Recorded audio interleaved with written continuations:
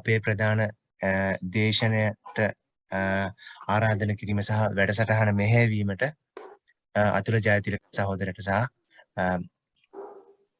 සමීර ලසන්ත සහෝදරට ආරාධනා කරනවා. බොහොම ස්තුතියි. අයිබෝන් සීල දිනාට මගේ නම අතුල කුමාර මේ සමීර ලසන්ත සහ මම අතුල කුමාර අද වැඩසටහන මෙහෙවන්නේ. එතනදී ප්‍රධාන වශයෙන් කියන්න ඕන මේ අපි දැන් කලින් සූපින් මීටින් වල මේ පොඩි ප්‍රශ්න ඇති වෙලා තියෙනවා මේ මෙතෙන් ඇවිල්ලා තියෙන ගොඩක් දෙනෙක් කවුරු 18 වැඩි මේ වැඩි හිටි පුද්ගලයන් සමාජයේ වගකීමක් තේරෙන සමාජ දිනේ පවත්වා ගනිමින් මේ අපේ රැස්වීම මේ පවත්වාගෙන යන්න මේ සහයෝගය දක්වන සිල්ලා සිටිනවා. අද අපි මේ වැඩසටහන නම් කරන්නේ පරාගණය කියලා. ඒ කියන්නේ මීනස් කාරුට පිටින් දේශයක් ගෙනල්ලා ඔහු සමග සාකච්ඡා කරනවා. අපි විශේෂයෙන් කතා කරන්නේ මීනස් කාරුනේ ආරමුණ දැන් අමිල රන්දින මහත්මයා කතා කරේ. අපි පෙනී සිටින්නේ රටට ගැලවෙන ව්‍යවස්ථාව නිර්මාණය කිරීම උදෙසා මූලික අඩිතාලම දැනීම. මේ එතනදී අපි ව්‍යවස්ථාවන් තිබ්බේ මොනවාද මෙතර කාලේ 1978 ව්‍යවස්ථාව දැන් මේ 22 සංශෝධනය දක්වා එතකොට වෙන රටවල් ඒවා නනල් මහත්මයා පැහැදිලි කර විදිහට කතා කරනවා. එතනදී වික්ටයිවන් මහත්තයා අද අපි කැඳවලා තියෙන්නේ. ඔහුත් ව්‍යවස්ථාව ගැන කතා කරනවා. අපේ අදහස් උට යෝජනා කිරීම, ඔහුගේ අදහස් වලට සමන් දීම තමයි අද මේ සාකච්ඡාවේ අපි කරගෙන යන්නේ. එතනදී අපිට වෙන දේවල් කතා කරන්න මේ ඇත්තටම කාලය මේ එතකොට සමහරු මේ අපේ Facebook page එකේ දාලා තිබ්බා මේ වික්ටයිවන් මහත්තයාගේ පෞද්ගලික තොරතුරු ඒවා අපිට මේ ඇත්තටම වැඩක් නැහැ. අපි කතා කරන්නේ මේ මෙතනින් ඉදිරියට. මේ ඒවට කාලය නැති නිසා අපි ඔබට යෝජනා කරනවා වික්ටයිවන් මහත්තයාගේ දේශනෙන් පසු මේ ව්‍යවස්ථාව ගැනට අදාළ දේවල් විතරක්. ඔහුගේ දේශනෙන් පස්සේ ඔහුගෙන් අහන්න පුළුවන්. මේ ප්‍රශ්න එහෙම වටයක් තියෙනවා. ඉතින් මම ආරාධනා කරනවා පුවත්පත් කලාවේදී සමාජයත් සමග ගැටෙන විද්වතෙක් අපේ වික්ටයිවන් මහත්තයා කවුරුත් දන්න සමාජ සෝෂල් මීඩියා ඔස්සේ මේ උපවාහනි පුවත්පත් ඒ වගේ ඔබ කවුරුත් දැකලා ඇති මේ ව්‍යවස්ථාවක් ගැන ඔහු කතා කරනවා. ඔහුගේ දේශනය පටන් ගන්න නිසා ඉතාමත් ගෞරවයෙන් මම වික්ටයිවන් මහත්මයාට ආරාධනා කරනවා. ඔබතුමාට බොහොම ස්තුතියි මිත්‍රවරුනි. මේ වගේ සාකච්ඡාවකට කැඳවීම ගැන මීමස්සී පෞරට සංවිධානයට මගේ ස්තුතිය හිමි වෙනවා. මම මහජන ව්‍යවස්ථා සම්පාදනයක් ගැන මේ කතා කරන්න යන අවස්ථාවේදී රටක් හැටියට අපි ඉන්නේ මේ මොහොතේ ගාක් අවුල් සහගත අර්බුදකාරී තත්ත්වයක. මම කැමති ඒක මතක් කරමින්ම මේ සාකච්ඡාවට එහෙම නැත්නම් මගේ අදහස් පළ කිරීමට යන්න. ඇත්ත වශයෙන්ම නූතන ඉතිහාසයේ මීට පෙර කවරදාකවත් නොතිබුණු තරම් දැවන්ත අතිවිශාල අර්බුදයකටයි ලංකාව අහු වෙලා තියෙන්නේ. ඒකේ වැදගත්ම ලක්ෂණයක් තමයි සමාජ ක්‍රමේ ඒකාග්‍රතාවයේ පූර්ණ බිඳවැටීමක් ඇති වෙලා තියෙනවා. ඒ වගේම තමයි දේශපාලන ක්‍රමයේ බිඳවැටීමක් ඇති වෙලා තියෙනවා. ඒකේ ප්‍රතිඵලයක් හැටියට අපි අරාජකත්වයකට තල්ලු වී යමින් පවතිනවා. තවත් දෙයක් තමයි ඇත්තටම ආර්ථිකයේ ලොකු අර්බුදයක් තියෙනවා. අපි බංකොලොත් භාවයට වේගයෙන් ගමන් ගනිමින් තිබෙන රටක් බවට පත්වෙමින් තිබෙනවා. ඇත්ත වශයෙන්ම මේ වගේ අර්බුද පරණ කාලේ කියන්නේ රාජාණ්ඩු කාලේ අස්වාභාවික නෑ. නමුත් නූතන යුගයේ බොහොම කලාතුරකින් තමයි රටක් මේ වගේ කියන්නේ සෑම අංශයක්ම මුළුමනින් බිඳ වැටුණු අසමත් තත්වයකට වැටුණු තත්වයකට පත්වන්නේ බොහොම කලාතුරකින්. ඒ කලාතුරකින් යන ගිය අර්බුදේ අපි දැන් බොහොම නරක තැනක හිර වෙලයි ඉන්නේ. මේකේ තියෙන මට පෙනෙන තවත් ලක්ෂණයක් තමයි මේ අර්බුදය ලංකාවේ දේශපාලන පක්ෂ කවර මට්ටමකින්වත් කල්තියා දකින්න සමත් වුණේ නැහැ. අර්බුදයට ගියාට පස්සේ තමයි අර්බුදයක් තියෙන බව දැනගත්තේ. මේක දෙවෙනි ලක්ෂණයක් තමයි මට පෙනෙන්නේ තාමත් මේ අර්බුදය ගැඹුරින් විශ්ලේෂණය කරන්න දරන උත්සාහයක් නැහැ දේශපාලන පක්ෂ අතර. සාමාන්‍යයෙන් දෙයක් අපේ විශ්ලේෂණාත්මක දැනුම තියුණු වෙන්නේ ඒ හාරා ඇවිස්සීමට දරන උත්සාහයෙන්. නමුත් මම දැන් අපි දැක්කා අයවැය ලේඛනයක් තිබුණා. ඒ අයවැය ලේඛනයේදී ආණ්ඩුව කවර මට්ටමකින්වත් මේ අර්බුදය අපි දකින්නේ මේ විදියටයි, ඒ අර්බුදය අපි විසඳන්න යන්නේ මේ විදියටයි කියන තැනකට ගිහින් කරුණු ඉදිරිපත් කිරීමක් සිදු කරේ නැහැ. ඒ සඳහා ආණ්ඩුවට කරුණු ඉදිරිපත් කරන්නයි කියලා විරුද්ධ පක්ෂය බලකිරීම කරෙත් නැහැ. ඒ වගේම පාර්ලිමේන්තුව නියෝජනය කරන කිසිම විරුද්ධ පක්ෂයක් මේ අර්බුදය අපි දකින්නේ මෙන්න මේ විදියටයි, ඒකට අපි දකින විසඳුම් මෙන්න මේවායි කියන පැහැදිලි කිරීමක් කාගෙන්වත් ආවේ නැහැ. මේ තියෙන මට පෙනෙන තවත් ලක්ෂණයක් තමයි මගේ කතාවට පෙර ඒක වැදගත් වෙනවා මම හිතනවා ප්‍රකාශ කිරීම.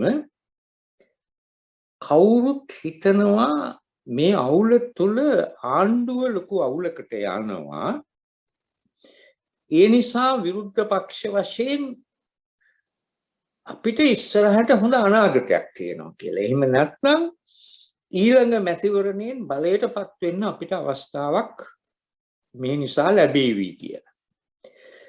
නමුත් ඊටාම කනගාටුදායක දේ තමයි තවම ඊළඟ ජනාධිපතිවරණයට අවුරුදු 3කට ආසන්න කාලයක් තියෙනවා. ඒ කාලය පහු කරන්න පුළුවන් කමක් නැහැ ඇත්තටම. ඒ කාලය ඒ මැතිවරණයට පෙර ලංකාවේ ආණ්ඩුවේ විතරක් නෙමෙයි ආණ්ඩුව සමග රාජ්‍යයේ පූර්ණ බිඳවැටීමක් ඇති වෙන්න ලොකු වැඩි ඉඩක් තියෙනවා. මම හිතනවා ඇත්තටම එක විය හැකිව තිබෙන දෙයක් ලොකු බිඳවැටීමක්. ඒ බිඳවැටීමක් ඒ වගේ දෙයක් ආවොත්, ඒ වගේ දෙයක් එනවද ආවොත් අපි මොනවද කරන්න කියන එක ගැනත් කිසිම අවබෝධයක් ආණ්ඩුවට හෝ විරුද්ධ පක්ෂවලට තියෙන බවක් ඒ කියන්නේ පේන්නේ නැහැ. ඇත්තටම මහා පිපිරීමක් හෝ බිඳවැටීමක් ඇතිවීම වළක්වන්න බෑ. එහෙම තත්වයක නෙමෙයි රට තියෙන්නේ. ඒත් අඩුම වශයෙන් ඇතිවිය හැකි විනාශය කළමනාකරණය කර ගැනීමට හැකියාවක් ලැබෙනවා අපිට මේ ප්‍රශ්න පිළිබඳ ගැඹුරින් කරුණු කතා බහ කරන සහ සොයා බලන ක්‍රමයක් රටේ තියෙනවා නම් අවාසනාවකට එහෙම දෙයක් නැති බවයි පෙනෙන්න තියෙන්නේ. ඇත්තටම මම මගේ කතාව ආරම්භ කරන්න කැමති 1927 නොවැම්බර් 12 වනදා ලංකාවේ වෙච්ච සිදුවීමකින්. ඒක සංකේතාත්මක වශයෙන් ඉතා වැදගත් සිද්ධියක් කියලායි මම හිතන්නේ. ඒ දිනේදී තමයි ලංකාවට ඩොනමෝර් කමිෂමේ කොමසාරිස්වරු ආවේ, සමාජිකයෝ ආවේ. ඒ දිනේම තමයි මහත්මා ගාන්ධි ලංකාවට ආවේ. මේ දෙපිරිසේම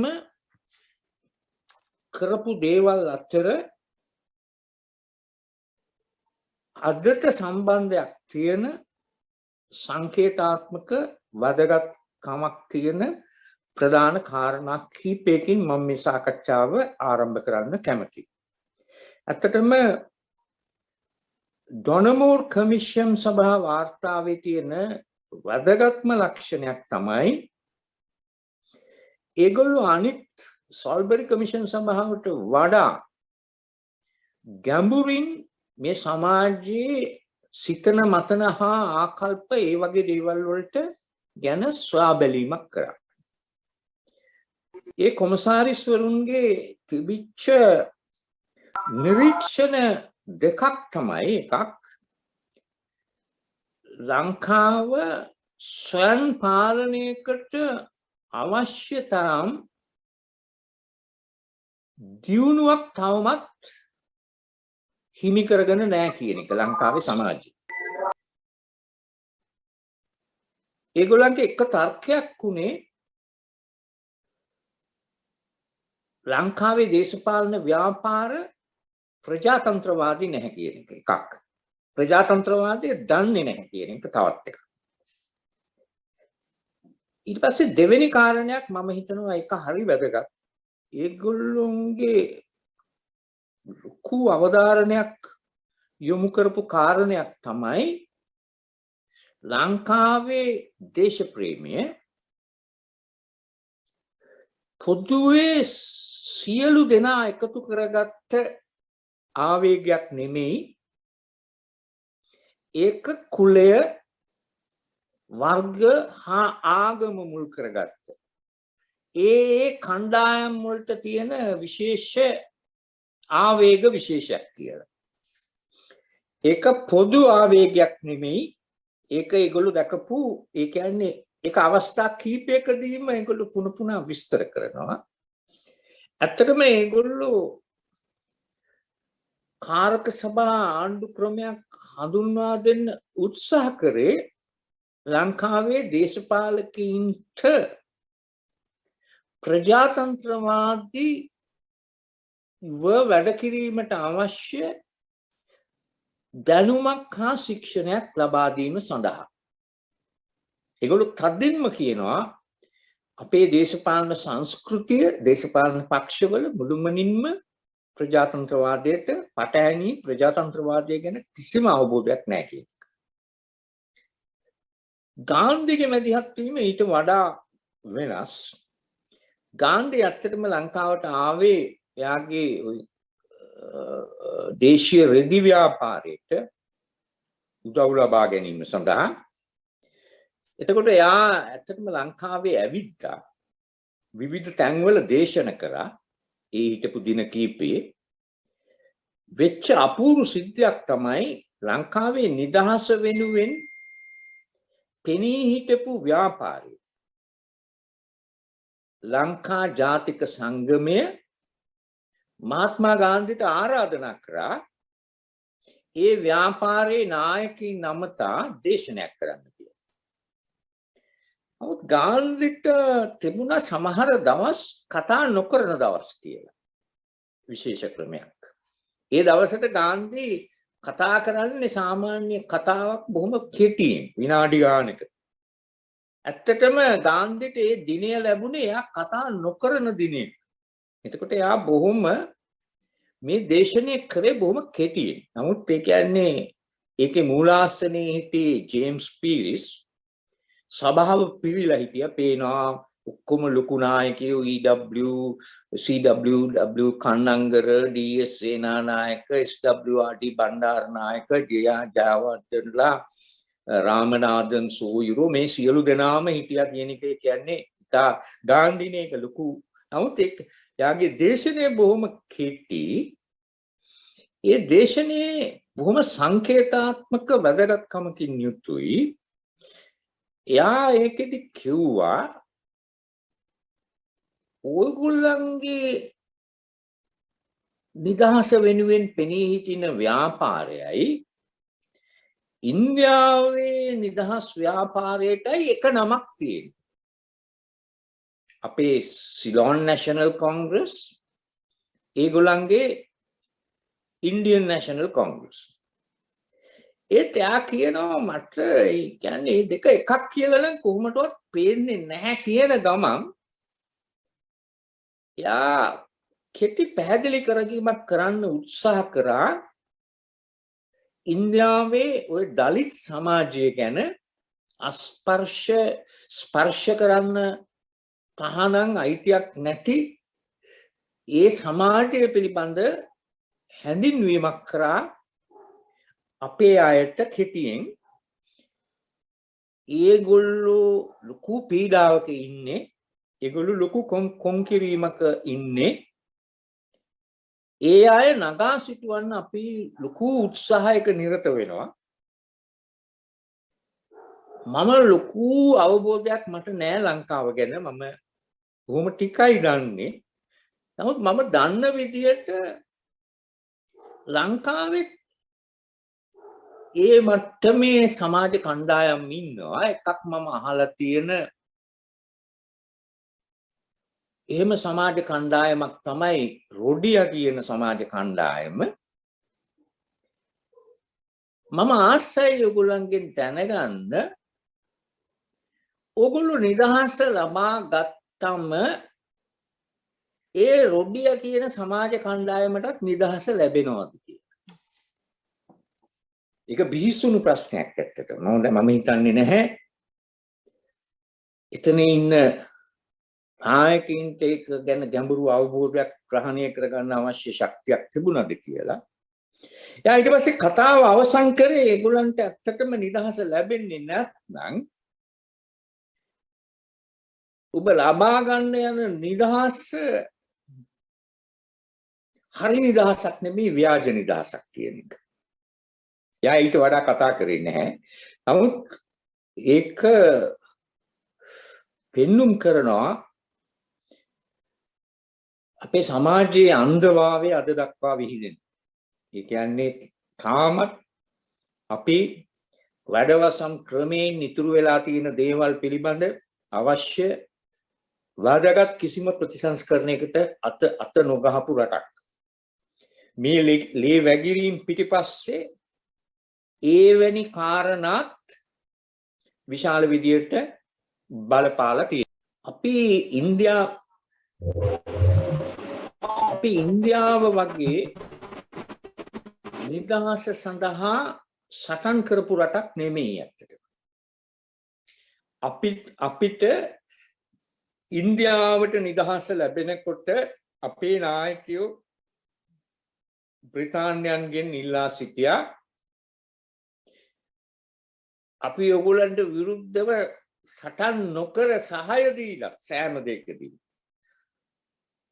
ඕගොල්ලෝ අපිට නිදහස දෙන්නේ නැත්නම් ඕගොල්ලන්ට කවදා හරි නිදහස දෙන්න වෙන්නේ ඕගොල්ලෝ අකමැති නරකම කණ්ඩායමකට කියලා. ඒගොල්ලෝ අදහස් කරේ වාමාංශික.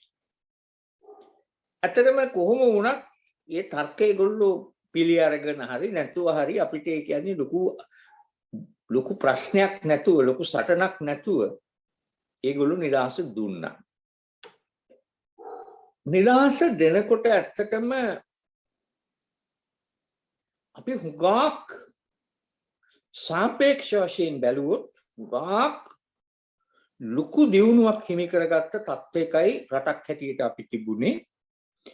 අපි දෙවෙනි උනේ ජපානයට පමණයි හැම අංශයකින්ම.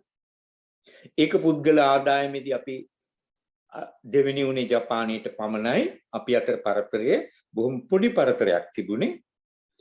ඊට පස්සේ අධ්‍යාපනය සෞඛ්‍ය කියන දර්ශකවලදී අපි ඇත්තටම පළවෙනි ආසියාවේ පළවෙනි හෝ දෙවෙනි ස්ථානයේ හිටියේ.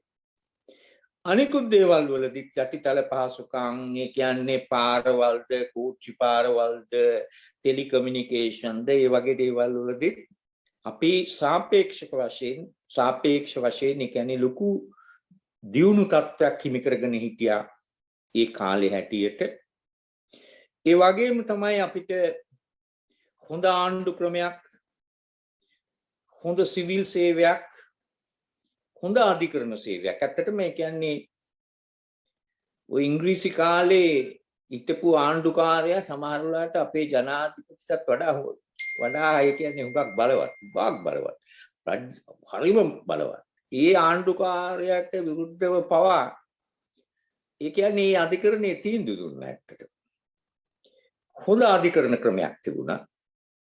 මේ සියලු දේ තිබිලත් ඒ වගේම තමයි අපිට ලොකු ප්‍රශ්නයක් වෙලා තියෙනවා විදේශ විනිමය ප්‍රශ්නයක්. නමුත් ඇත්තටම 1950 වෙනකොට අපිට තිබුණා අපේ විනිමය සංචිතය මාස 14ක ආනයන ආදායමට සමාන කරලා තියෙනවා. කියන්නේ දැවන්ත විදේශ විනිමය සංචිතයක් අපිට තිබුණා. ඒ සියල්ල තිබුණත් නිදහසෙන් පස්සේ අපේ ගමන් මගේ අපිට පෙර රට පාලනය කරපු පාලකයෝ පවත්වාගෙන ගිය දියුණුවට සරිලන දියුණුවක් පවත්වාගෙන යාමට අවශ්‍ය දැනුම හා ශික්ෂණය අපේ නායකින්ට තිබුණේ නැහැ කියලා කියන්න පුළුවන්. ඇත්තටම දැන් මම අර කිව්වා අපි විවස්ථා මොකද්ද ඩොනමෝ කමිෂමගේ නිරීක්ෂණ අපේ ප්‍රජාතන්ත්‍රවාදී දැනුම සහ භාවිතය පිළිබඳ ඒගොල්ලන්ගේ නිරීක්ෂණ මේකට හරි වැදගත් වෙනවා. ඇත්ත වශයෙන්ම අපි අලුත් ආණ්ඩු ක්‍රමයකට නිදහසත් එක්ක මාරු වෙනකොට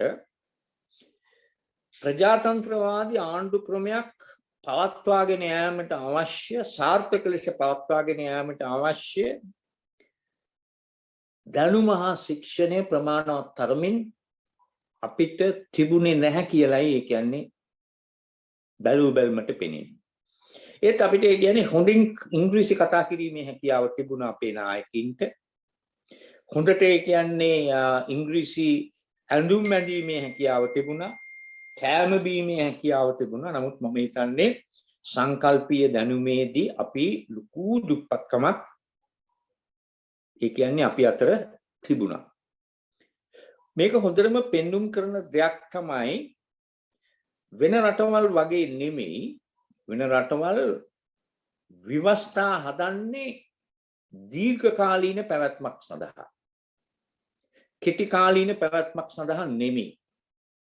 නමුත් ලංකාව මේ අවුරුදු 70කට තරමක් වැඩි කාලය තුල එක දැනට විවස්ථා 3ක් හදලා තියෙනවා. දැන් මේ අපි කතා කරන්නේ 4 වෙනි විවස්ථාව හදන්න අපි හෝ කවුරු හෝ ඒ කියන්නේ හදන්න කල්පනා කරන 4 වෙනි විවස්ථාව ගැන. එතකොට පේනවා බොහොම කෙටි කාලීන අරමුණු සඳහා විවස්ථා හදපු රටක් තමයි ලංකාව. ඒ සංස්කෘතියේදී අපි හුඟක් දුප්පත්. විවස්ථා හදන්නේ කෙටි කාලීනව නෙමෙයි අවුරුදු 100 ගණන් තියෙන. එහෙම විවස්ථා අපි හදන්න කල්පනා කරලා නැහැ කියන එක. ඊට පස්සේ දෙවෙනි කාරණේ තමයි ඇත්තටම විවස්ථාවක් උල්ලංඝනය කරනවා කියන එක සාමාන්‍යයෙන් සැලකෙන්නේ ඊටමත් නරක අශීලාචාර සමහර වෙලාවට ඒ කියන්නේ හොඳම නැති ක්‍රියාවක් හැටියට. නමුත් අපි ගත්තොත් එහෙම විවස්ථාව උල්ලංඝනය කරලා තියෙන ප්‍රමාණයන් දිහා බැලුවම මම හිතනවා අපි ඉන්නේ ලෝකයේ කිසිම රටකට අපිත් සමග තරඟ කරන්න බැරි තත්ත්වයක. අපිට කියන්නේ අසමාන්‍ය තරමේ දීර්ඝ වාර්තාවක් තියෙන්නේ විවස්ථා උල්ලංඝනයේදී. සමහර වෙලාවට ඒවා ජනාධිපති තනියෙන් උල්ලංඝනය කරලා තියෙනවා. සමහර වෙලාවට ජනාධිපති පාර්ලිමේන්තුවයි එකට එකතු වෙලා කාණ්ඩ හැටියට දූෂණය කරලා තියෙනවා. තවත් සමහර වෙලාවට විධායකය විවස්ථාදායකය අධිකරණය කියන ඒ කියන්නේ තුනම එකට එකතු වෙලා විවස්ථාව උල්ලංඝනය කරපු සාමූහිකව උල්ලංඝනය කරපු අවස්ථාවක් තියෙනවා. මේ විවස්ථා විශ්ේ අපිට තියෙන්නේ එච්චර හොඳ ඉතිහාසයක් නෙමෙයි ඇත්තට. මුලින් ඉඳලම ඒ කියන්නේ අපි කල්පනා කරපු විදිය විවස්ථාව කියන්නේ බහුතරයකට තීන්දුව කරන්න පුළුවන් හැමතිස්සෙම බෞද්ධරයක්ගේ එකඟතාවයේ පමණක් ඇති දෙයක් හැටියට තමයි අපි සලකලා තියෙන්නේ. ඒක හොඳට පේනවා. සොල්බරි විවස්ථාවේ තීන්ත වේලෙන්නටත් පළමුව අපි උඩරට දෙමළ මිනිසුන් අතර පුරවැසි අයිතිවාසිකම් හිම කර ගැනීමට සුදුසුකම් තිබූ පිරිසක් හිටියනම් සුළු පිරිසක් හෝ ඒ අයට පවා පුරවැසි අයිතිවාසිකම් අහිමි කරගැනීමට හේතු වන විදියට තමයි අපේ පුරවැසි අනපනත් ඒ කියන්නේ සකස් කෙරුණේ. ඒක බරපතල වරදක් හැටියට නෙමෙයි අපිට පෙනුනේ. අපි ඒ කියන්නේ දැක්කේ ඒකේ උඩරට සිංහල අයට කරන යුක්තිය ඉටු කිරීමක් හැටියටයි අපි දැක්කේ. ඇත්තටම නිදහස ලැබෙනකොට වතුකරයේ දෙමළ ජනයාට නියෝජිතයින් 7 දෙනෙක් හිටියා පාර්ලිමේන්තුවේ. පුරවැසි අයිතිවාසිකම් අහිමි කරායින් පස්සේ 1977 වෙනකම්ම එකම മന്ത്രിවරයෙක්වත් තෝරගන්න පුළුවන් වුණේ නැහැ. ඒ තරම් දරුණු කප්පාදුවකුයි ඒ කියන්නේ සිද්ධ වුණේ. ඊට පස්සේ 1956 අපි දැක්කා එතකොටත් අපිට බලපෑවේ සොල්බරි ආණ්ඩු ක්‍රමේ. ඉතා රළු පරුෂ විදියට අපි ඒ කියන්නේ දෙමළ ජනයාගේ භාෂා අයිතිවාසිකම් අහිමි කිරීමට හේතු වන විදියටයි ඒ කියන්නේ කටයුතු කරේ. ඒකෙදී ඇත්තටම මම හිතන්නේ එකෙන් සිංහල මිනිස්සුන්ටත් ලොකු අලාභයක් මිස ලාභයක් වුණේ නැහැ ඇත්තට. ඒගොල්ලෝ සිංහල ජනතාව සමහර වෙලාවට එක භාෂාවකට සීමා වූ ජනතාවක් බවට ඒ කියන්නේ පත් කිරීමට හේතු වුණා. දෙමළ ජනයා තුළ විශාල විදියේ තමන්ට වෙනස්කම් කරනවා කියන බලවත් හැඟීමක් ඇති කිරීමට ඒ කාරණේ හේතු වුණා. අපිට වගේ නෙමෙයි ඒගොල්ලන්ට ඊටාම බරපතල විදියට ඒ කියන්නේ භාෂාව බලපෑවා. භාෂාව තමයි ඒගොල්ලෝ එකතු කරන ආගම නෙමෙයි. භාෂාව තමයි ඒගොල්ලෝ එකතු කරන ලොකුම සාධකය වෙලා තිබුණේ. එතකොට තමන්ට සිදු වුණු මේ මදි පුංචිකම වෙනස් කර ගැනීම සඳහා ඒගොල්ලෝ විශාල කාලයක් උත්සාහ දරුවා. ඒකට අවස්ථාවක් ලැබුණේ නැහැ. ඒ වෙනුවෙන් අවසානයේ ඒගොල්ලන්ටත් රටටත් අපිටත් සියලු දෙනාට ඒ කියන්නේ අති විශාල වන්දියක් ගෙවන්නට සිද්ධ වුණා. ඇත්තටම ඒ සොල්බරි විවස්ථාවට පස්සේ අපේ කියන්නේ 1972 දී අපි විවස්ථාවක් අපේම විවස්ථාවක් හදන්න උත්සාහ කරනවා. ස්වයංජාත විවස්ථාවක්. ඒ නමින්ම තමයි හැදින්වෙන්නේ පළමු ජනරජ විවස්ථාව. ඒකෙදිත් පෙනෙන්න තිබුණ වැදගත්ම සාධකයක් තමයි අපිට පාර්ලිමේන්තුවේ බහුතර පිරිසකගේ සහාය තිබීම ප්‍රමාණවත් විවස්ථාව හදන්න කියන පදනමේ ඉඳලා. මොකද 3-2 බලයක් හම්බ වුණා ශ්‍රී ලංකා නිදහස් පක්ෂය සමසමාජ කොමියුනිස්ට් සමගි පෙරමුණට. ඒ බලයෙන් අපිට විවස්ථාවක් හදන්න පුළුවන් ඒ අයිතිය අපිට තියෙනවා කියන පදනමෙන් තමයි ඒ කියන්නේ ඇත්තටම ලංකාවේ විවස්ථාව හැදුනේ. ඒ වෙලාවේ කවර මට්ටමකින්වත් ඇත්තටම දෙමළ ජනයාට තමන්ගේ ප්‍රශ්න පිළිබඳ සාධාරණ සාකච්ඡාවකට ඉඩ දුන්නෙම නැහැ. වතුකරේ දෙමළ ජනතාවට නම් අදහස් පළ කිරීමටවත් අවස්ථාවක් ලැබුණේ නැහැ. තනිකර 3-2 ඡන්දය මත තිබිච්ච ලොකුම තර්කය තමයි ඒ කියන්නේ ඒ විවස්ථාවේට අවශ්‍ය බලය පරමාධිපත්‍ය බලය ලැබිලා තිබුණේ එංගලන්ත මහරජිනියගෙන්. ඒක අපිට හානියක් කියන ඒක අපේ ගෞරවයට ස්වාධීනත්වයට හානියක්. කියන පදනමේ ඉඳගෙන තමයි මේ ව්‍යවස්ථා මේ අලුත් ව්‍යවස්ථාවකට ගියේ. අලුත් ව්‍යවස්ථාවකට යන කොට අපි කරපු දෙයක් තමයි ඒක කවදාකවත් බරපතල සාකච්ඡාවකට ලක්ුනේ නැහැ. අධිකරණයට තිබුණා නම් අධිකරණ විමර්ශන බලයක් අපි මේ විමර්ශන බලය කොල්වින් අධිකරණයට අහිමි කරා. ඇත්තටම වෙන දේවලුත් තුනා සෙනට් මණ්ඩලය අහිමි කරා. ඊට පස්සේ දෙමළ ජනයාගේ භාෂා අයිතිය අහිමි කිරීමට හේතු වන සිංහල රාජ්‍ය භාෂා පනත ඒ කියන්නේ ව්‍යවස්ථාවේම අංගයක් බවට පත් කරා. මේ වගේ කාරණා වලින් ඒගොල්ලෝ කෙරෙහි පැවති ඒ කියන්නේ පීඩාකාරී බව ඒ කියන්නේ දෙගුණ තෙගුණ කරා. ඊට ඒකෙදිත් පෙරුණ දේ තමයි ඒ කියන්නේ ඇත්තටම ව්‍යවස්ථාව සම්මත කරගත්තා. ඒ ව්‍යවස්ථාව කොහොමදවත් ජනමත විචාරණයකට ඉදිරිපත් කරේ නැහැ. ජයජයවර්ධනත් 78 තමන්ට ලැබිච්ච 6/5 පාර්ලිමේන්තු බලය ප්‍රයෝජනයට අරගෙන ව්‍යවස්ථාවක් හැදුවා. ඒ ව්‍යවස්ථාවෙන් පාර්ලිමේන්තු ආණ්ඩු ක්‍රමය වෙනස් කරා ජනාධිපති ආණ්ඩු ක්‍රමයකට. එයත් අධිකරණයේ ස්වාධීනත්වයට තිබිය යුතු වැදගත්ම අංගයක් හැටියට සැලකිය හැකි අධිකරණ විමර්ශන බලය බොහොම නාමික වශයෙන් නම් කරපු පටු රාමුවකට සීමා වන ලෙස මුළුමනින් සීමා කරා. බිහිසුණුම දේ ජනාධිපති නීතියට ඉහළින් සිටින නීතියට යටත් නැති තත්ත්වයක තැබුවා.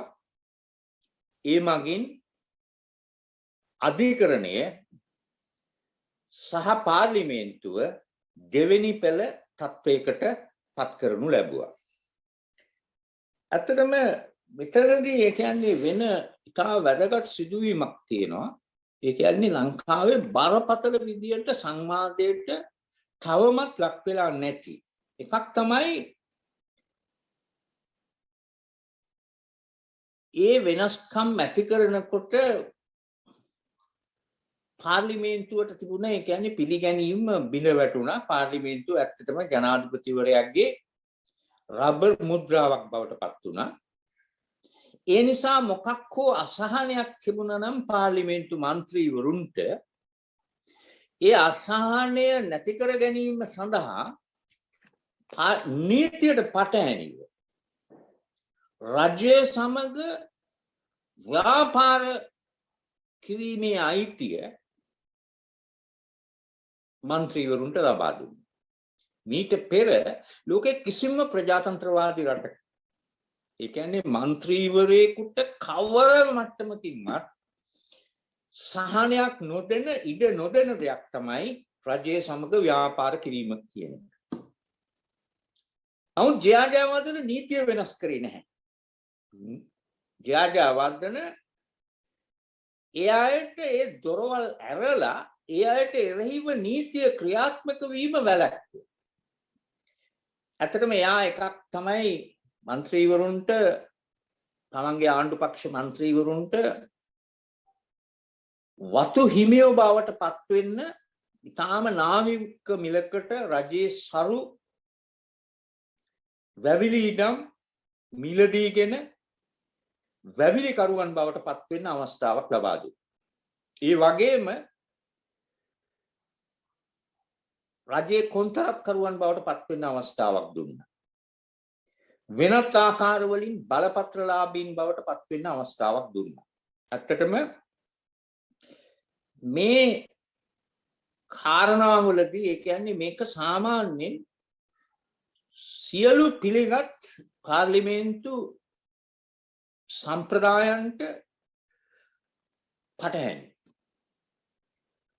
ඇත්තටම ජයජයවර්ධන සමහර වෙලාවට කොච්චර මේ ක්‍රමේදී රළු පරුෂ විදියට වැඩ කරාද කිව්වොත් එයා තමන්ගේ ඊටාම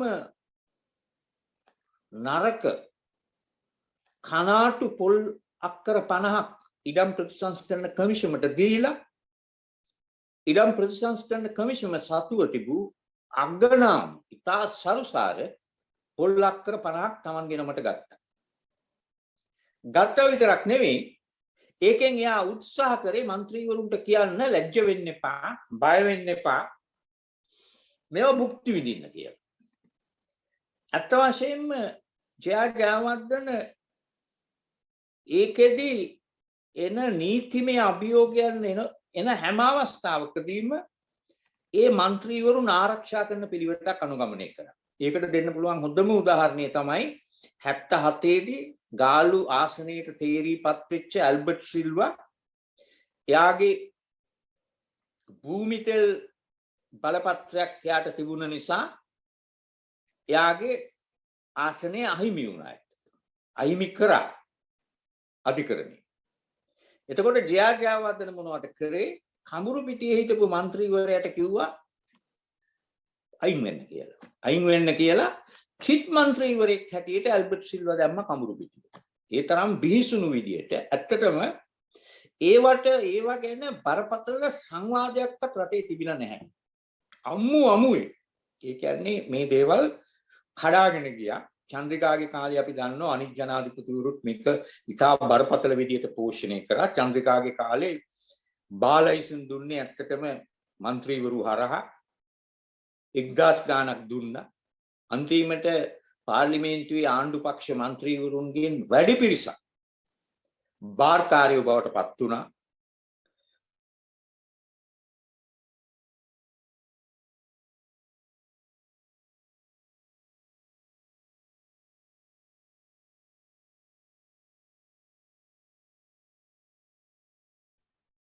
විතර ඔයාගේ මයික් එක ඔෆ් වුණා.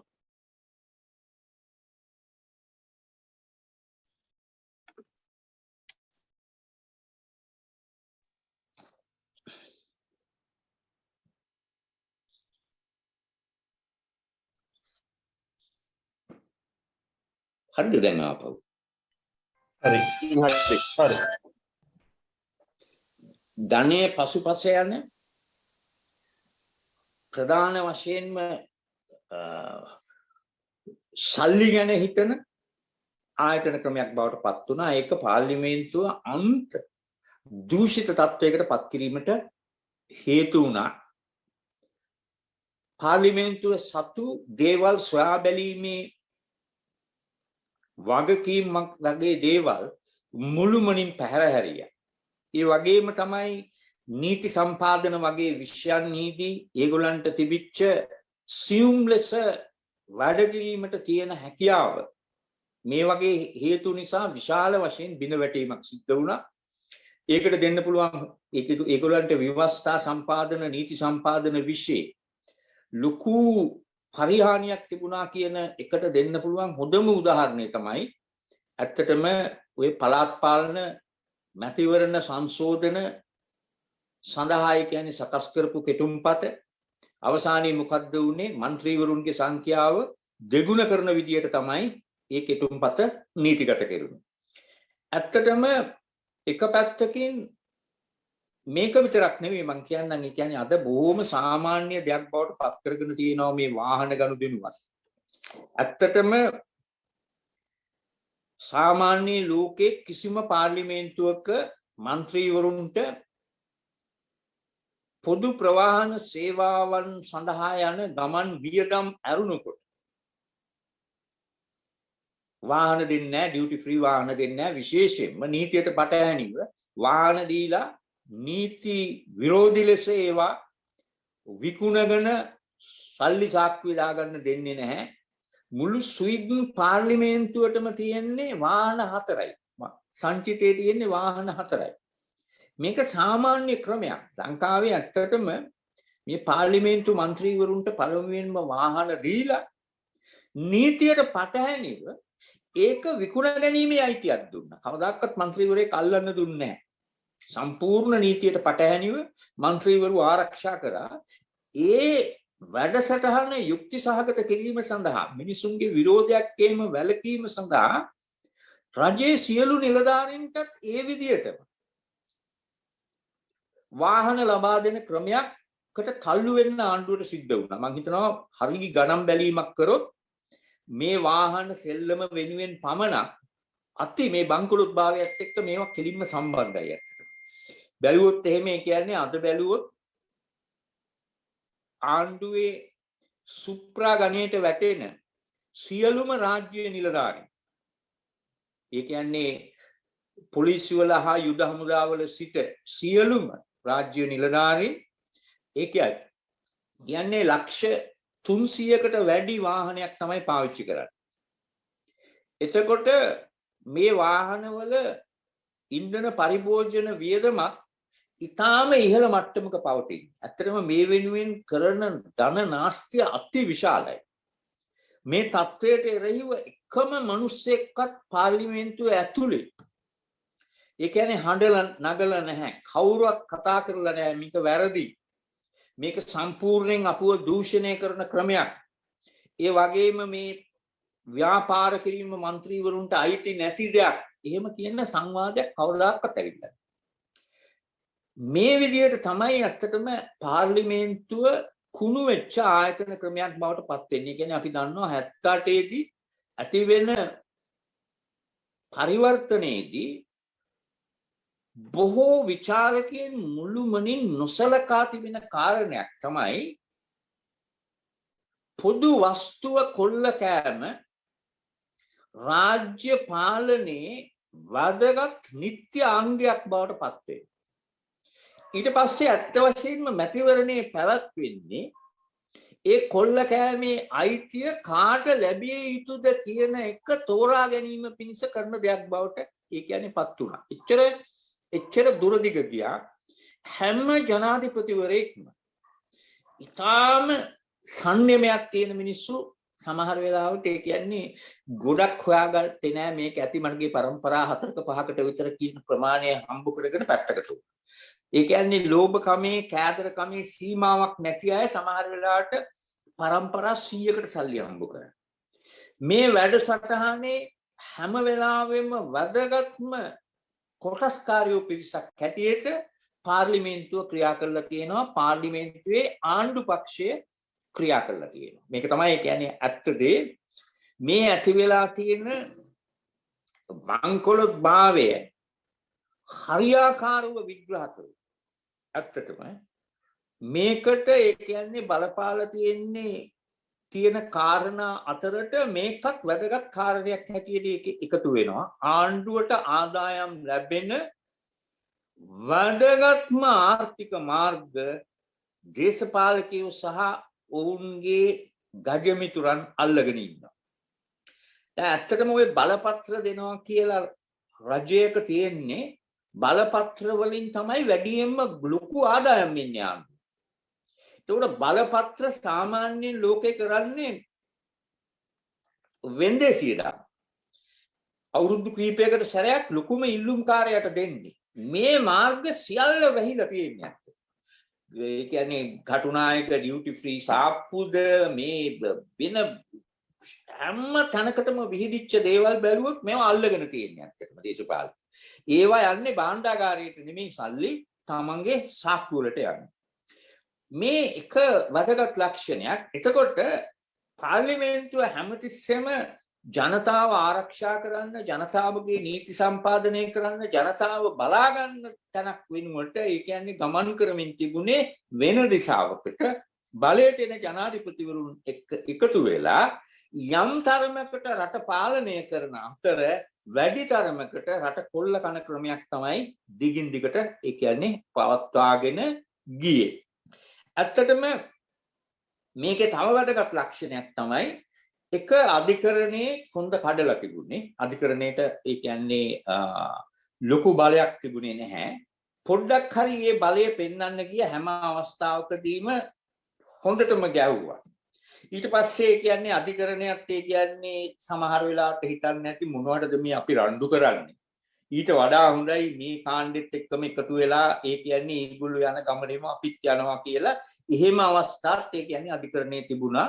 ඒ කියන්නේ ආණ්ඩු ක්‍රම ව්‍යවස්ථාව උල්ලංඝනය කරන්න අධිකරණයේ හිතාමතා උදව් කරපු අවස්ථා තියෙනවා. ඒකට දෙන්න පුළුවන් එක උදාහරණයක් තමයි ඇත්තටම චන්ද්‍රිකා කුමාරතුංගගේ කාලේ අපේ විවස්ථාවේ තියෙන වැදගත්ම ලක්ෂණයක් තමයි ස්ථාවරභාවය සඳහා එක පක්ෂයක් අතහැරලා മന്ത്രിකම අහිමි නොවන ආකාරයට තව පක්ෂයකට යන්න බෑ.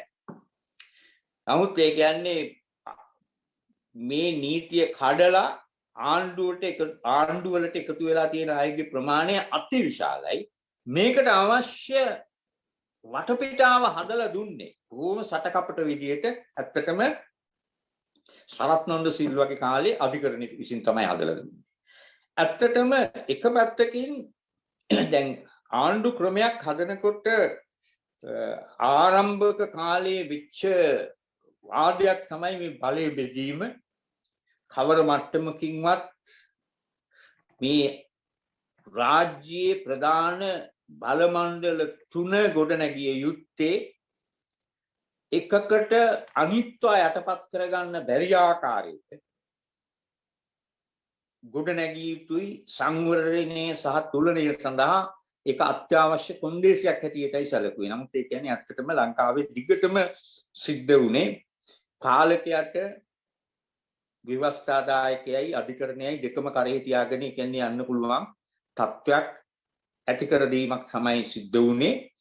ඒකේ ප්‍රතිඵලයක් හැටියට තමයි අපිට මේ අවාසනාවන්ත තත්ත්වයට එන්න වෙලා තියෙන්නේ. දැන් ඇත්තටම බැලුවොත් එහෙම ස්වාධීන කමිෂන් සභා ගැන 17 වෙනි විවස්ථා සංශෝධනය එහෙම නැත්නම් 19 වෙනි සංශෝධනය ගැන අපි ඒ කියන්නේ ලොකු ආඩම්බරයකින් කතා කරන්නේ.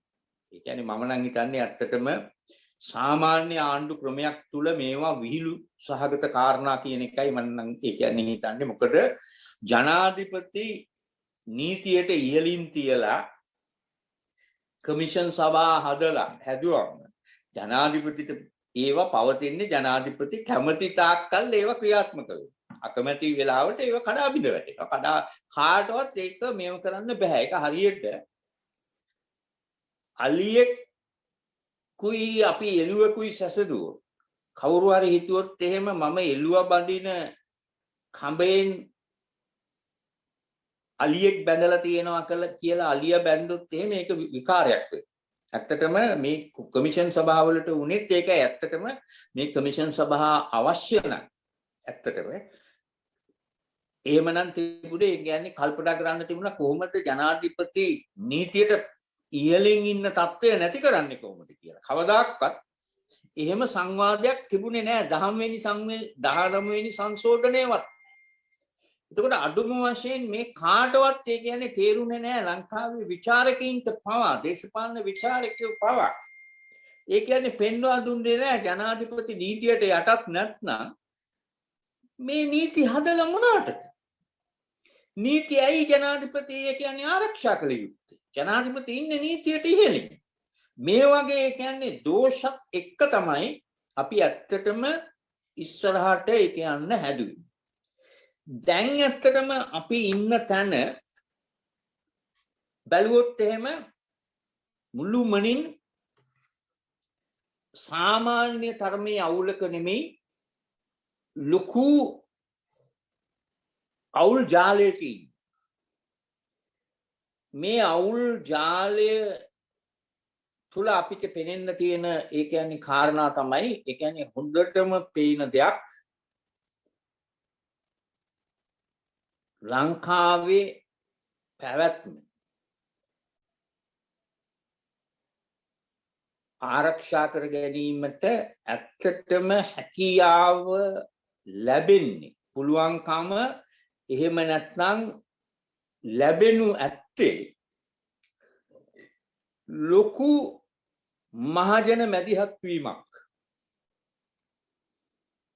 සිදු වුණොත් විතරයි. ඔය විවස්ථා මහජන විවස්ථා සම්පාදනය කියන එකම මහජන මැදිහත් වීමක එක ප්‍රකාශනයක් හැටියට සලකන්න පුළුවන්. අත්ත වශයෙන්ම අපි මේ විදිහට තර්ක කරමු. මහජනයාට තමයි පරමාධිපත්‍ය බලය තියෙන්නේ. විවස්සාවෙන්ම කියනවා මහජනයාට පරමාධිපත්‍ය බලය අහිමි කරන්න බෑ කියලා. පරමාධිපත්‍ය බලය මහජනයාට තිබිය හැක්කේ මහජන සමූහාණ්ඩු රාජ්‍යයක් මහජනයාට තිබෙනවා නම් පමණයි. දැන් එහෙම රාජ්‍යයක් මහජනයාට නැහැ. නැති වෙමින් තියෙන විකෘතියක් තිබුණා, ඒකත් නැති වෙමින් තියෙන. ඒක නැති කරේ කවුද? ඒක නැති කරේ මහජනයාගේ නියෝජිතයෝ. මහජනයාගේ නියෝජිතයෝ ඒක විධිමත් විදියට පවත්වාගෙන යන්න අවශ්‍ය නඩත්තු කිරීම කරන්න දැනගෙන හිටියේ නැහැ. ඒ වගේම අපි ගත්තොත් එහෙම ආර්ථික බංකොලොත්භාවය දිහා බැලුවොත් ඒ මහජන නියෝජිතයෝ, මම මහජන නියෝජිතයෝ කියනකොට පාර්ලිමේන්තු මන්ත්‍රීවරු ගැන විතරක් නෙමෙයි කතා කරන්නේ. ජනාධිපතිත් මහජන නියෝජිතයෙක්. ඒ මහජන නියෝජිතයෝ දීර්ඝ කාලයක් ඊටාම රළු පරුෂ විදියට අපේ ධන සම්පත්, ජාතික ධන සම්පත් කොල්ල කෑම නිසා ආර්ථිකය මුළුමනින් බංකොලොත් වෙලා තියෙනවා. අපේ මහජන නියෝජිතයෝ සාමාන්‍ය ප්‍රජාතන්ත්‍රවාදී රාජ්‍යක අනුගමනය කර යුතු පිළිවෙත් වලට පටහැනිව වර්ග, ආගම, කුලය වගේ ප්‍රශ්නවලදී ඒවා අන් අයට ලොකු පීඩාවක් ඇති කිරීමට හේතු වන ලෙස පාවිච්චි කිරීම නිසා සමාජ ක්‍රමයේ තිබුණ ඒකාග්‍රතාවයේ මුළුමනින් බිඳ වැටිලා තියෙනවා. අපි ගත්තොත් එහෙම ආණ්ඩු ක්‍රමය ගත්තොත්, ආණ්ඩු ක්‍රම ව්‍යවස්ථාව ගත්තොත්, අපි තෝරාගත්ත මහජන නියෝජිතයෝ ඒ ආණ්ඩු ක්‍රම ව්‍යවස්ථාව දිගින් දිගට කෙලසීම නිසා ව්‍යවස්ථාවකට තිබිය යුතු බලය, ක්‍රියාකාරී ශක්තිය අහිමි කරගත්ත පාංකඩ තත්ත්වයකට වැටුණු ව්‍යවස්ථාවක් බවට පත් වෙලා තියෙනවා. එතකොට මේ ගැටලුව විසඳුමක් අවශ්‍ය නම් විසඳීමේ ඇත්ත හැකියාවක් තියෙන්නේ මහජනයාට විතරයි. මහජන නියෝජිතයින්ට නෙමෙයි. මම කියන්නේ මහජන නියෝජිතයින්ට මේගොල්ලන්ට පැත්ත පළාතකවත් එන්න නොදිය යුතුයි කියන මතයක මම නැහැ. නමුත් මහජනයාට තමයි වැඩි බලය තියෙන්නේ. එන්න ඕන නම් එන්න දෙන්න. නමුත් මහජනයාට තමයි ඇත්තටම සියලු බලතල, විශේෂයෙන්ම න්‍යාය පත්‍රයේ සකස් කිරීමේ ඉඳලා අන්තර්ගතයේ තීන්දුව කිරීමේ ඉඳලා අවසාන අනුමැතිය ලබා ගැනීම දක්වා වන සමස්ත ක්‍රියාදාමයේ පාලනය කිරීමේ, හැසිරීමේ සම්පූර්ණ බලය මහජනයාටයි තිබිය යුත්තේ. ඒ මහජනයාට විතරයි මේ දැන් ඇති වෙලා තියෙන අර්බුදයේදී ඔවුන්ගේ මහජන නියෝජිතයින් විසින් විනාශ කරලා තියෙන සමාජ ක්‍රමය, ආණ්ඩු ක්‍රමය, රාජ්‍ය, ආර්ථිකය කියන මේ හැම දෙයක්ම ප්‍රතිනිර්මාණය කිරීමට අවශ්‍ය ශක්තියක්, අයිතියක් තියෙන්නේ මහජනයාට. මේකේ තේරුම් ගත යුතු අපි වැඩි සාකච්ඡා නොකරනම පැත්තක් තමයි අපි කතා කරනවා මිනිස්සු කරන සහ කරපු හොරකම් ගැන.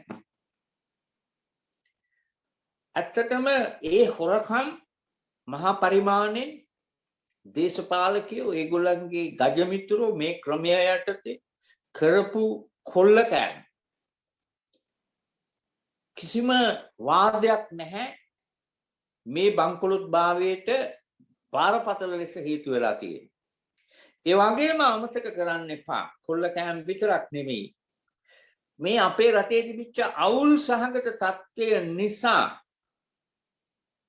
අපේ අතින් අපි කියමුකෝ කැරලි වලින් වෙච්ච ධන නාස්තිය කොච්චර විශාලද ඒගොල්ලෝ කැරලිකාරයෝ උතුරෙත් දකුණෙත් ඒ කියන්නේ කොච්චර ආර්ථිකය එහෙම නැත්නම් දීපල එහෙම නැත්නම් ආර්ථික මාර්ග විනාශ කරා ඒවත් මේ විනාශයට හේතු වුණා ඒ විතරක් නෙමෙයි බලන්න නිදහසේ ඉඳලා මේ කිසිම තේරුමක් නැති දේවල් සඳහා වගුරුවපු ලේ ප්‍රමාණය කොතරම් විශාලද මරිච්ච මිනිස්සුන්ගේ ප්‍රමාණය කොතරම් විශාලද මේ දෙක අතර තියෙන දේ තමයි එක පැත්තකින් රටේ ජනගහනයට නොගැලපෙන තරම් විශාල ප්‍රමාණයක් මේ අවුල් නිසා අකාලේ මරණයටපත් වුණා.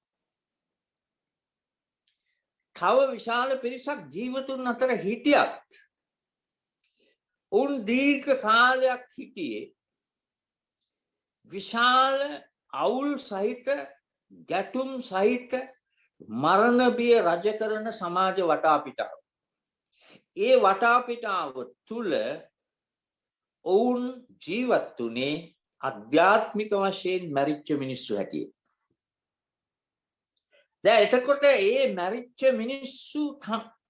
මිනිස්සු අද සමාජයේ ලොකු තීරුවක් අපේ හැම දෙයකම ප්‍රාණයක් නැතිකම අසමත්භාවයේ මහා ආරම්භක ශක්තියක් නැතිකම මේවා කෙරෙහි ඒ අධ්‍යාත්මික වශයෙන් අපි තුල ඇති වෙලා තියෙන බිඳවැටීම කුණු වීම බලපාලා තියෙනවා.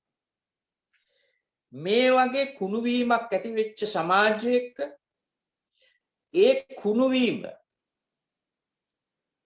නවත්තන්න නැති කරන්න පුළුවන් වෙන්නේ ඇත්තටම නැවත ප්‍රතිනිර්මාණය කරන වැඩසටහනේ කොටස්කරුවන් බවට පත්වීමෙන්. ඇත්තටම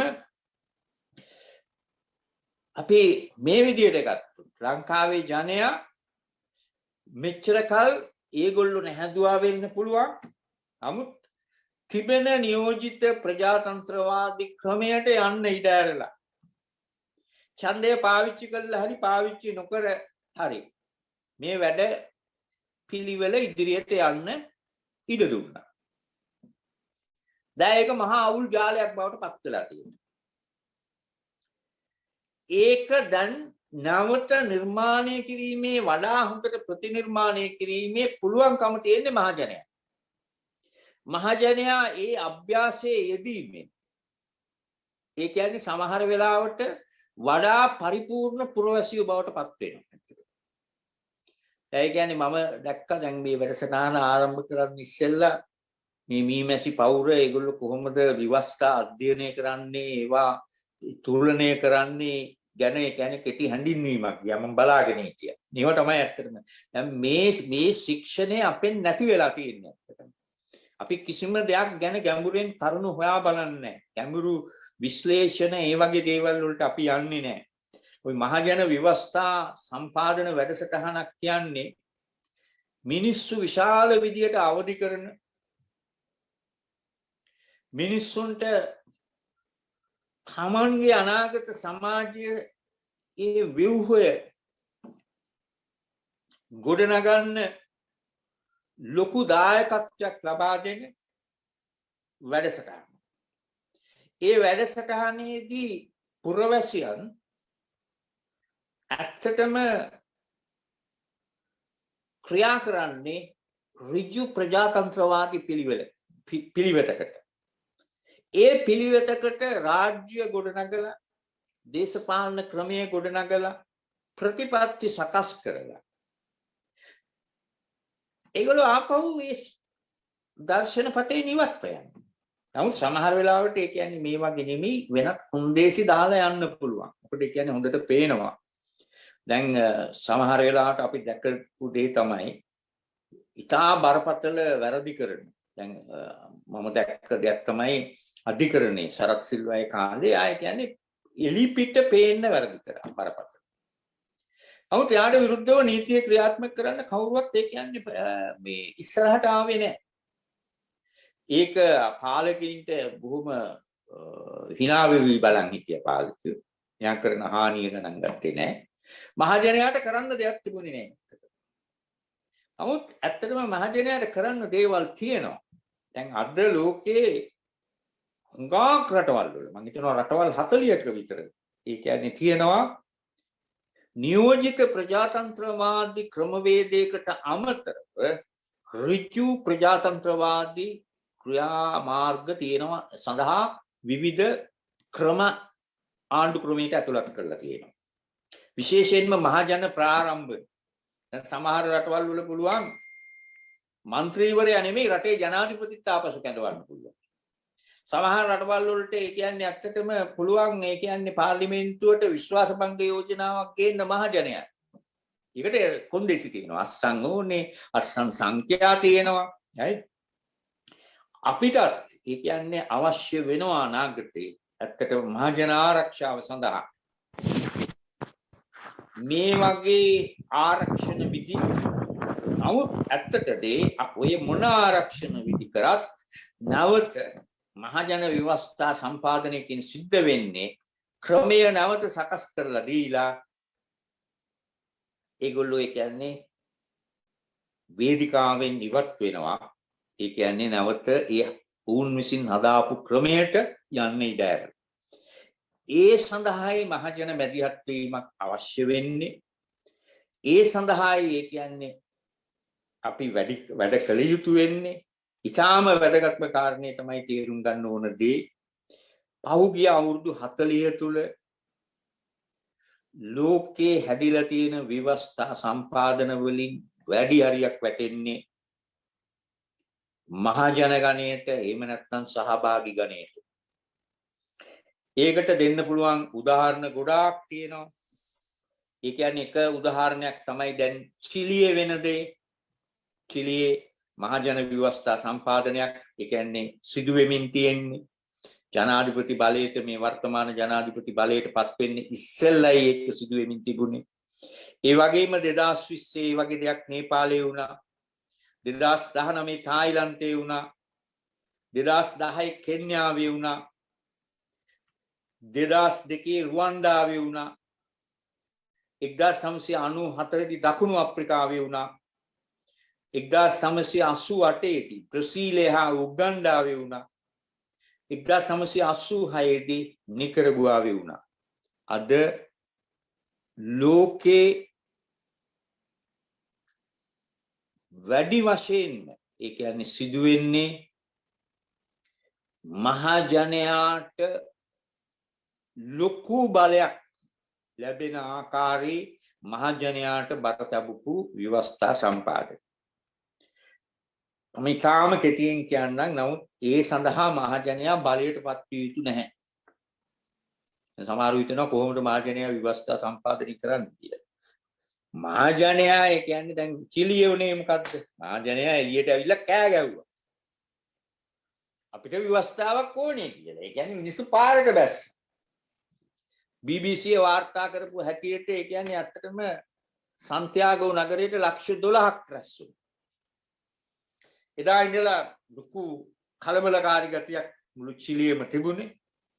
එතකොට චිලි ජනාධිපති කිව්වා අපි සූදානම් ව්‍යවස්ථා ප්‍රතිසංස්කරණයක් මහජනයාට දෙන්න කියලා. එතකොට මහජනයා ආපහු කෑ ගහලා කිව්වා නෑ මහජනයාට ඒ මාරියන්නේ නෑ. මහජනයාගෙන් ආන්න මොන වගේ දෙයක්ද ඕනේ? ව්‍යවස්ථා ප්‍රතිසංස්කරණයක්ද නැත්නම් අලුත් ව්‍යවස්ථාවක්? ඒක හදන්නේ පාර්ලිමේන්තුවද නැත්නම් මහජන නියෝජිතයි? අන්තිමට ආණ්ඩුවට සිද්ධ වුණා ඒ සඳහා ජනමත විචාරණයක් පවත්වන්න. ඒ ජනමත විචාරණයෙන් අලුත් විවස්ථාවක් තියෙන එක ලොකු ජයග්‍රහණයක් ලබා ගත්තා. ඡන්ද 179ක් ලබා ගත්තා. ඒ වගේම 178ක් ලබා ගත්තා. පාර්ලිමේන්තුව නෙමෙයි මහජන නියෝජිතින්ගෙන් සමන්විත විවස්ථා සම්පාදක මණ්ඩලයක් කියන එකට 179ක් ඡන්ද ලැබුණා. අන්තිමට ආණ්ඩුවට සිද්ධ වුණා ඒකෙම තවත් පියවරක් හැටියට විවස්ථා සම්පාදක මණ්ඩලයට අවශ්‍ය මහජන නියෝජිතීන් තෝරාපත් කර ගැනීම සඳහා ඡන්දයක් පවත්වන්න. ඒ ඡන්දෙනුත් ඒ කියන්නේ තේරීපත් වෙච්ච 162ක් දේශපාලන පක්ෂවලට අයිති නැති ස්වාධීන අය 149.50ක් කාන්තාව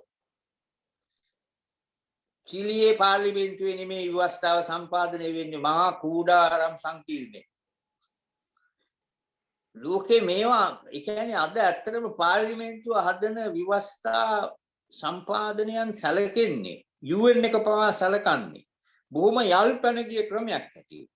අද මහජන විවස්ථා සම්පාදනය තමයි 21 වන සියවසේ විවස්ථා පිළිගත් විවස්ථා සම්පාදන ක්‍රමය හැටියට සැලකන්නේ. ජාත්‍යන්තර නීතිය අනුව විවස්ථා සම්පාදනයට ක්‍රියාකාරී ලෙස සම්බන්ධ වීමට මහජනයාට අයිතියක් තියෙනවා. ඒක මහජනයා දිනා ගන්න ඕනේ. ඒ හදාගන්න රාමුව මහජනයා දිනා ගන්න ඕනේ. ඒ ඔක්කොටම ඒ කියන්නේ සටන් කරන්න වෙනවා, රණ්ඩු කරන්න වෙනවා, කෑ ගහන්න වෙනවා, නඩු පවරන්න වෙනවා, නොයෙකුත් දේවල් අස්සේ. ඒවා ඔක්කොම අස්සේ තමයි මේ ක්‍රියාවලිය ඉස්සරහට යන්නේ. නිකාම් මේ කියන්නේ අහසින් කඩා වැටෙන්නේ නැහැ ක්‍රමයක්. නමුත් මේකට තියෙන දේ තමයි ආණ්ඩුවකට මේකට මුහුණ දෙන්න බෑ. මේකේ ලෝකයේ අද පිළිගත් ක්‍රමයක් මේක. මේකට තමයි මේකට ඒ කියන්නේ විශාල විදියට ඒ කියන්නේ මේකේ වෙන දේ තමයි මහජන විවස්ථා සම්පාදනයකදී කවුරුවත් කොම් කරන්නේ නැහැ. එක ප්‍රධාන පරමාර්ථයක් තමයි සෑම පීඩිත කණ්ඩායමකටම හඬක් නැති හැම ජන කණ්ඩායමකටම සම්බන්ධ වීමට තියෙන අයිතිය තමන්ට අදාළ කාරණාවලදී මැදිහත් වීමට තියෙන අයිතිය පිළිගැනීම. ඒකට දැන් ඒ කියන්නේ අලුත් ක්‍රම තියෙනවා, ටූල්ස් හදාගෙන තියෙනවා, රයිට්? ඒවා ඒ කියන්නේ දේවල් නෙමෙයි. නමුත් අපි පුරුදු වෙලා තියෙන්නේ. තාම පුරුදු වෙලා තියෙන්නේ බොහොම පරණ ක්‍රමයකට. පරණ විදියට අපි හිතන්නේ. මහජනයා ඒ කියන්නේ සම්බන්ධ දැන් අපිට හොඳටම පේනවා. දැන් බලන්න කෘෂි කර්මය කියන විශ්වයේදී ගන්න. සාමාන්‍ය රටක කෘෂි කර්මය වගේ විශ්වයකදී සමහර දේවල් තියෙනවා කාටවත් එහා මෙහා කරන්න බෑ.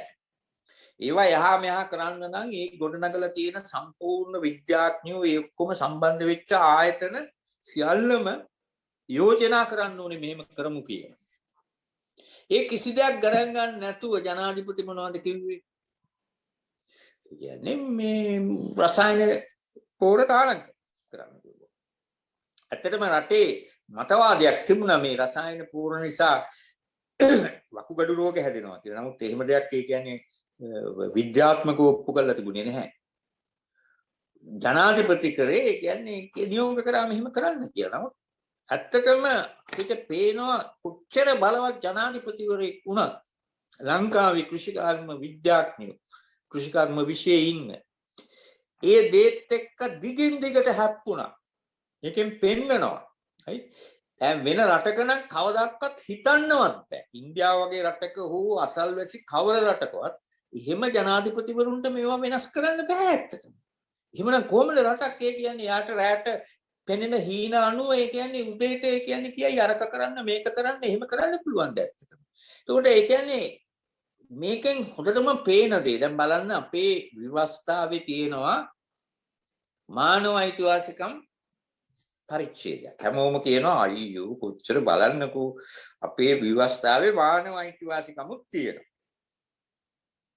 ප්‍රතිකර්මත් තියෙනවා උසාවියන්. ඇත්ත. නමුත් ඒක කොච්චර දුර්වලද කියලා බලන්න. එහෙම ශක්තිමත් රාමුවක් තිබුණා නම් ඔච්චර අතුරුදහන් වීම වෙන්න පුළුවන්ද? ඔය වගේ කියන්නේ අතුරුදහන් කරාට පස්සේ ආපහු නඩු වීසි කරන්න පුළුවන්ද? මේවා තැන් වල කෑලි කෑලි හැටියට තියෙනවා. නමුත් මේවා ඇත්තටම ඉතා ශක්තිමත් විදියට ඒ කියන්නේ ගොඩනගපු දේවල් නෙමෙයි. මේක තමයි ඇත්ත දේ. අපිට අවශ්‍යයි. අපිට ව්‍යවස්ථාවක් අවශ්‍යයි. මේ අර්බුදේ ජය ගැනීම සඳහා.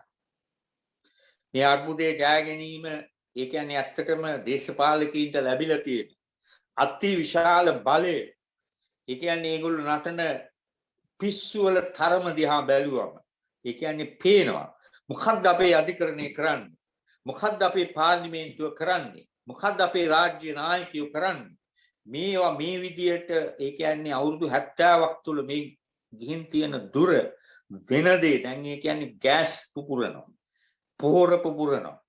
මේ මොනවද ඒ කියන්නේ නොවෙන්නේ? මේ தත්ත්වය ගොඩ ගන්න නම් අපි ඇත්තටම දැනුවත් සවිඥානිකත්වයකින් යුතුව වැඩ කරන මිනිස්සු බවට, ක්‍රියා කරන මිනිස්සු බවට, මැදිහත් වෙන මිනිස්සු බවට පත් වෙන්න ඕනි. ඒ සඳහා අපිට වැඩසටහන් අවශ්‍යයි. ඒ සඳහා එළියට ගත හැකි ලොකුම වැඩසටහනක් තමයි ඔය මහජන ව්‍යවස්ථා සම්පාදනයක් කියන සංකල්පයේ මුල් කරගත්ත වැඩසටහන. ස්තුතියි. මට ඊට පස්සේ ප්‍රශ්න කිරීම වලට උත්තර දෙන්න පුළුවන්. ඕ සාකච්ඡා කරන්න පුළුවන්.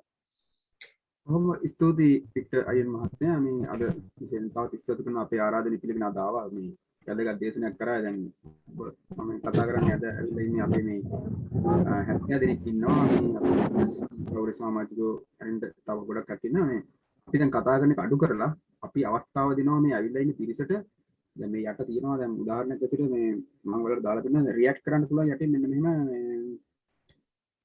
මේක තිබුණා මෙන්න හෑන්ඩ් රිසර්ව් කරලා මේ ප්‍රශ්න අහන්න මේ යොමු කළා තියෙනවා. අපි මම යාට අවස්ථාව දෙනවා.